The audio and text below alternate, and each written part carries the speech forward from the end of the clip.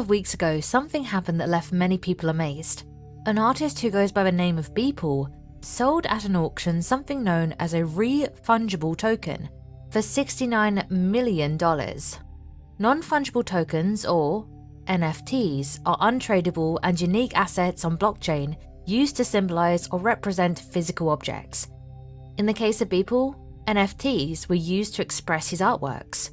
Not so long ago, NFTs were unheard of, and now they're all we hear about. And astonishingly, not many people know about it, know what they are, and what they're used for. The first thing to know about NFTs is that, like cryptocurrency, they are stored in a blockchain.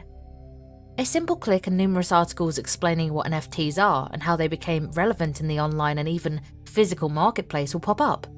According to John Swartz, a writer for the New York Times, his colleague Kevin Roose learned about the tokens and decided to participate in the market.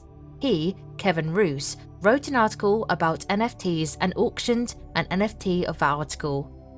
He amazingly sold it for over $500,000. But Kevin was generous, so the money went to charity. The entire thing can be confusing if it is not extensively explained to you or not thoroughly read about. Bruce Sterling told John Swartz that the universe is no longer the way it was. According to him, the surprise people showed when the Beeple NFT sale happened reminded him of the early days of rock and roll, when people had to adjust to something new. And something of this nature would almost certainly not have taken place if we had not been stuck indoors for the better part of the last year with our computers.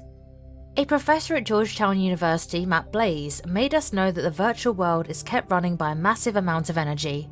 He commented, though, he might not be an art expert, it is not his place to speak against how artists get money from enthusiasts willing to give it to them. It would be great if artists can be supported in ways that does not involve a wastage of energy that would otherwise power a small city when transactions are made. According to him, the blockchain does not do anything the average digital signature does not originally accomplish. A Zoom conversation between John Swartz and Beeple, alias Mr. Wrinkleman, give us more insight into how the artist feels about his recent payday and how his NFTs translated to actual physical cash. "Is your art real, Mr. Swartz?" had asked the artist, who explained that what his buyers get are physical screens on which his artworks are on. He then went on to show Mr. Swartz a summarization of his financial assets, $56,635,781.41 at the time. The payment was initially made in cryptocurrency, and the artist had converted a large amount of it into US dollars. However, that money was not in cash, but just a bunch of numbers showing what he is worth. But having the number is the same as having the real thing, just in digital form. People went on to say that even though people see modern art and form the opinion that just anyone can be an artist, it isn't so. He showed Mr. Swartz one of his artworks that he created using digital tools, and even though the piece looked playful, it was undeniable art. We may never understand the mystery behind the value of artworks like paintings, the same way we cannot tell why baseball cards are sold for the price they go for.